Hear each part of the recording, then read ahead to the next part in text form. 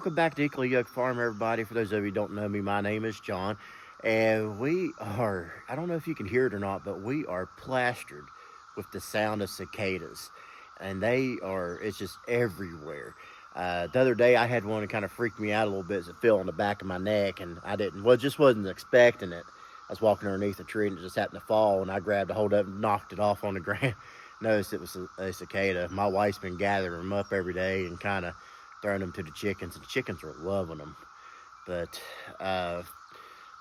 they are everywhere in this area. But what's weird is you can go about 2 hours away from here where my parents live, and they don't have them. So there's kind of a barrier there somewhere. But I mean, it sounds just really, really loud right here, right now. I don't know if you can hear it on the camera or not, but they are plastered everywhere.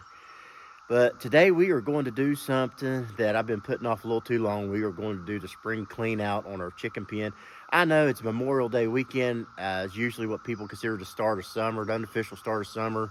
And we're just now getting around to our spring clean out. But sometimes you get behind a little bit, so we're going to play catch up a little bit today. I'm actually probably going to shoot 2 videos today because this isn't the only project I got to do today. I'm also going to be processing our Cornish cross chickens later today, and that'll probably be another video out of that.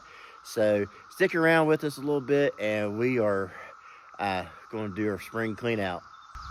You can see where the cicadas already started shedding. This is just empty shells. It's not the actual cicada. They get in these things and they leave them after a while. So this is just an empty hollow hull is all this is. But man, the noise is loud. They're everywhere. All right, so before we get started, let's talk about safety for just a minute. Yes, we're not talking about actually getting cut or physically hurt, but when you're messing around with chickens, there's a lot of respiratory illnesses that you can pick up. So especially when you're cleaning out coops and stuff, it's very important that you get you a mask. I actually recommend something better than this. You really need something with a filter on, but this is just normal masks that we're going to be using, mainly because I don't want to get sick. And you also want to make sure you wear gloves because, like I said, there's a lot of stuff that you can pick up when you mess around with chickens. They carry a lot of stuff. A lot of people don't tell you about that, but that is definitely some need-to-know information.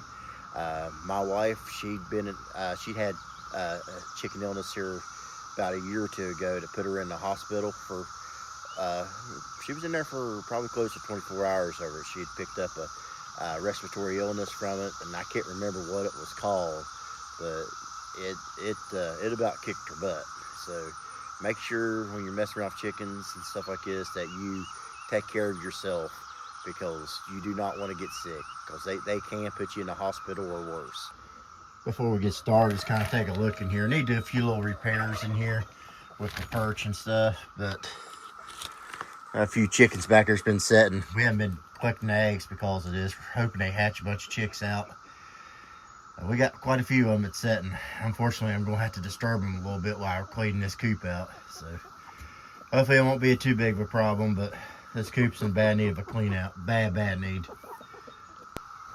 Going to be doing some voiceover work here for a few minutes, especially while I'm showing what little bit I'm going to show of the cleaning out of the coop. I'm not going to bore you with the whole lengthy time because it took a little while to do this. But like I said a few minutes ago, PPE, very important because there's so much that can go wrong health-wise when you're doing this. So make sure you got your mask on. Make sure you got your gloves, and of course you're going to need you a good rake and a shovel when doing stuff like this because it's a mess.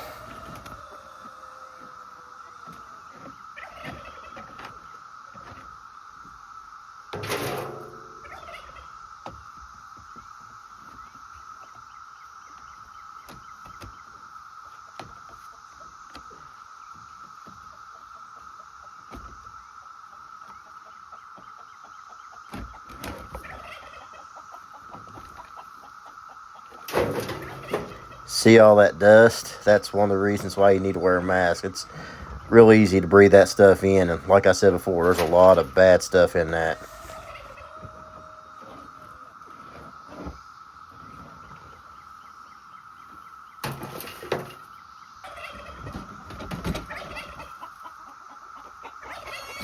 That little dog food feeder I just took out of there, we keep oyster shells in that. If you ever get a situation where you're starting to get weak eggshells or they're real thin, check how much calcium's going into their diet. You might need to add some oyster shells to it because that's where most of your strength of your eggshells come from.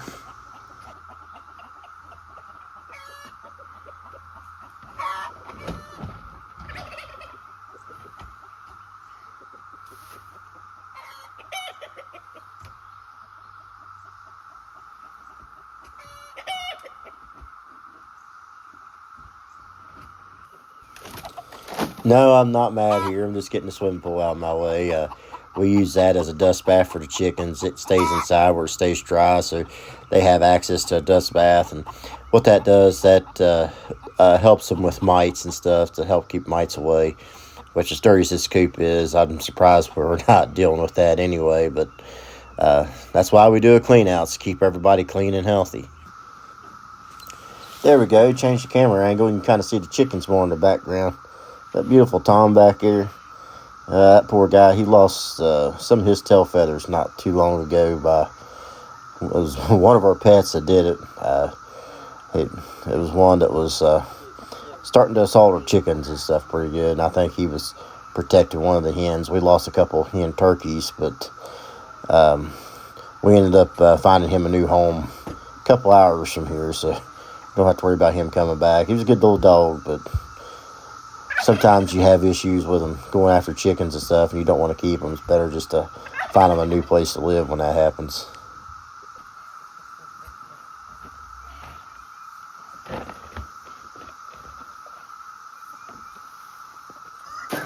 I think we need to get Mike Rowe come up here and do an episode of Dirty Jobs. I guess it would be a good episode. So if you're wanting to know what I'm doing with all this chicken manure and stuff that I'm shoveling out, I'm actually taking it over to the edge of my wife's garden where she can use it as she wants to. All I would say for those of you who are doing this, be very, very careful about putting this stuff around your vegetable plants and stuff.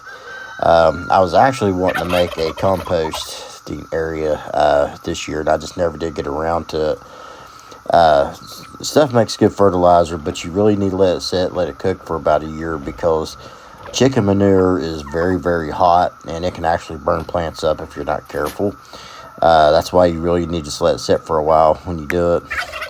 But you could really easily kill your plants if you're not careful with it. So like I said, if you do this, you're actually better off to find you a place where you can store it for about a year so it's not as potent around your vegetables and stuff. Because you do an awful lot of work in the garden just to burn it up because you try to save a few dollars on some fertilizer. But it makes good fertilizer when it's after it sits and cooks for a while.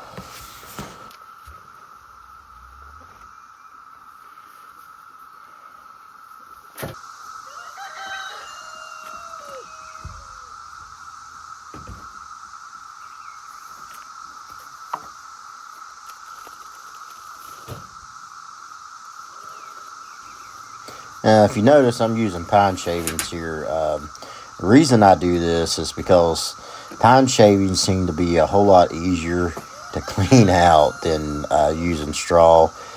Straw seems to cake up and stuff a lot, and so much harder to get out. Sometimes you got to scrape and scrape for it. Where the pine shavings, you can pretty well just shovel it out, rake out and shovel out like I done here.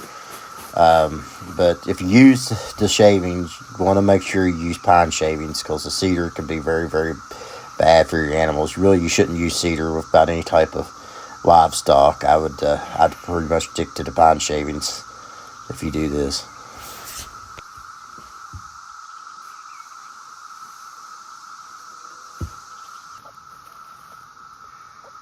Okay, guys, I'm not afraid to tell you, this is a type of project to wear a man out, but it really needed to be done. I wasn't able to clean out the whole chicken coop because I got 11 chickens that are actually setting inside of here, and I want to let them set because really we need to let them replenish us with more chickens, because a lot of our chickens are starting to get older, and usually you get about 3 good egg laying years out of a chicken, so we need to keep new ones coming in yearly. If these survive, these will be one of the first times we've actually had chicks that a chicken hatched that would actually survive here. But before, we've never had them in an area where they had some protection, like with a fence. Normally, they've just been free ranging around when they've done it, because they hatch them out in the barn or whatever.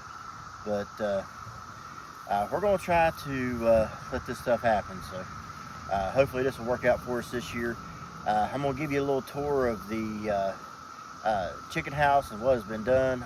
Made a new dust bath for them. So let's come take a look inside here. Okay, so somebody asked before in comments of a previous video if they could get a tour of our mobile chicken coop that we made out of a pop-up camper. So here it is. You can see, starting out, we got a nice little dust bath set up for them. Just using an old cheap swimming pool. You can get these at about any dollar store, Royal King, Walmart. About any of these places have these little kiddie pools. And this one in particular, this time we've used lime and Seven Dust. In the past, we've used Damascus earth and mixture of sand and different things. You can Google ideas for dust baths. You can even buy bags just for dust bath for chickens. And it is critical to have them, because what it does, they'll roll in that, and it helps them fight off mites and stuff that gets into them and gets real irritating to them. So it's real critical to keep a dust bath for your chickens. I'd highly recommend it. And as long as it stays in the chicken coop here, it stays dry and it moves with them every time we move it. So, like I said, real critical for them. Again, when we built this thing, we just took an old pop-up camper, we gutted it out, and it was broke, so the top wouldn't go up. So I had to brace it up with the ceiling with 2x4s. And for the perch, we took an old box spring from an old bed that we had, and we just ripped it all. We ripped all the fabric and stuff that was on that box spring, and me and my nephew helped me set it up here. So we got just about the right amount of height for chickens to lay up here. I had a board that broke here. I just kind of fixed it up with duct tape. Y'all seen it was laying down earlier, and but you know, it's a pretty good setup. I keep egg boxes in the back. I actually got a hatch back there that I can get the eggs from the outside. I'm going to have to come back in about 2 weeks, clean this out, because there's a chicken in about every one of them egg boxes back here that's sitting. So when I go and clean those out, I'm going to probably replace the hatch, because my wife's wanting me to fix a better hatch than what we have out there. I'll show you it here in just a minute. But since we don't have any place for eggs to sit, look at all them chickens. I got 11 chickens in here that are setting. I even got some there, but I made a fresh spot in this old cabinet right here where they can go and lay eggs. And I got milk crate right here, put some stuff in so we can get a spot where we start getting eggs again. We haven't been collecting eggs because half our chickens are actually sitting. I got another chicken sitting in an old doghouse outside. So, but you know, it's not much to it. You really don't need much to house your chickens. You just need something to keep them dry and keep them kind of out of the wind a little bit. You can see I keep it ventilated here in the front. I got just old cage wire set up there. We keep that covered with a tarp in the wintertime. We done covered it here a couple weeks ago, but I just finished taking the rest of it off just a few minutes ago. So you got to have a way to keep it ventilated, especially in the summertime. Man, when I first cleaned this out in here, it was stinking. It's smelling a lot better now. But I'd also had sprayed this place down with horse and stable spray, because it is full of flies. You'd think chickens would be after it. Look at that chicken getting ready to go in that dust bath. No, she's not. She's going for the perch. Or, I don't know where she's going. She's expecting her new bedding, I guess. But, yeah, I wasn't able to clean it out like I was wanting to, mainly because we laid it so late to do it. Half our chickens are broody right now. So, anyway, I just have to get it cleaned out really good this fall. I know a lot of people don't like to clean their coops out in the fall because they believe in a deep litter method. But honestly, I value my chickens so much that really it's kind of like family. You wouldn't want your family living in a dirty house, would you? So I really don't want my chickens living in a dirty house because I don't want them getting mites and stuff. So try to take good care of your chickens so they'll take good care of you. They'll really appreciate it. So, but let's go around and I'll show you the rest of the chicken tractor on the outside. It's really cool because I can actually move it really easy. I can either use tractor or I can use truck, either way to pull it. Just move it wherever I need to throughout the field. I got OSB walls covering up from the OSB. I used old feed sacks. There's chicken feed, dog food bags, and there's stuff. I really ought to put some fresh bags on top of it, just to make it look a little better, because those are all starting to get old and stuff. There's different types of feed and stuff we've used over time. And on back here, we got our little trap door. We can get to our egg boxes. I hear a chicken screaming. Look at them. They're sitting there. They're sitting. Look at them. A couple of buffs there sitting. There's a pile of eggs in that bucket there. Somebody's not sitting in at the moment. They're probably getting food. That one's sitting there sitting. And I am not about to pick them up. But I'm going to make me a new hinge door for that, because my wife's wanting a better one there. And I'll do that when I clean out those egg boxes here in probably just about 2 weeks, when we start getting hatchings out of these chickens. So anyway, that's our chicken tractor. That's a tour of it. So I'm gonna go sit down on the porch and we'll have a little talk here in a minute after I get rid of all this garbage up here. About forgot to set that back in there. That's our box we keep our oyster shells in. All right, guys, so before we go, I just want to thank you guys for joining us today. And I just kind of want to take a minute and tell you a little bit about our channel and where it stands right now. We're actually getting into a really good position channel-wise here with the amount of subscribers that we have. As of the making of this, we're at 429 subscribers. We need a minimum of 500 to hit the monetization. So we're good there. We're good with the number of videos that we upload. But our problem, what we need to work on, is our viewing hours. And so you're probably going to start seeing some changes in the way that I do things. I'm probably going to start making our videos, try to find ways to make the videos a little bit longer. A lot of times, I post little 5-minute videos and stuff, but that's kind of hurting me, I think, viewing wise. I need to start making them probably a minimum of at least 15 minutes. And I need to find a way to hold viewers' attention. Usually I'll start dropping viewers after the first minute and a half, 2 minutes or so, but luckily YouTube shows me how it all plays out as far as where numbers and stuff start dropping off at on the videos, so I can start paying more attention to that and using that as a tool to help boost the channel a little bit. And I don't know if y'all have noticed, but lately at the end of the videos, I've been posting bloopers at the very end of the video after I put the Bible verse and all that stuff. I didn't put any of that in there last week, because last week it was just a non-talky video. We just showing you areas of West Virginia that I liked, as far as New River and Golly River and stuff was concerned, and didn't do any talking on it. So I didn't put wasn't no bloopers on it. It was just raw footage. All last week was, but for those of you interested, kind of watch at the end. So I've been putting some bloopers on there, and some of them kind of weird, especially when I start getting tongue tied and stuff. I don't put all of them on there, but I usually put a couple. So I hope you guys are doing well. Make sure, if you like this video, please hit the like button. If you're not yet a subscriber, please hit the subscribe button so you can continue to watch our future videos. I'm going to go in here in a minute and take me a shower, fix me some lunch, and here after a while I'm probably going to be making another video where I'll be processing our meat birds. So hopefully y'all get to see that. This video is going to be posted immediately as soon as I get it edited, which I'm going to be working on here just a little bit.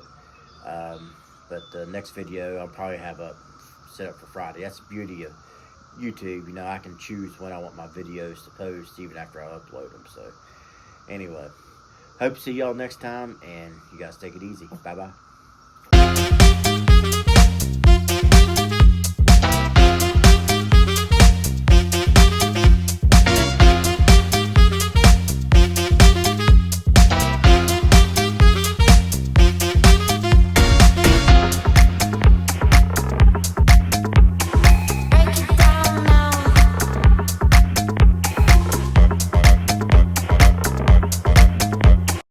Here's lime, and Seven Dust. In the past, we have used, oh, I can't think what it's called now. Numbers wise with this channel, the viewer subscriptions has really went up. Right now, as of the making of this video, we're 429 in subscribers. Dogs barking at somebody blowing the horn. But 429 subscribers right now. We need a minimum of... Annie, hush. Annie.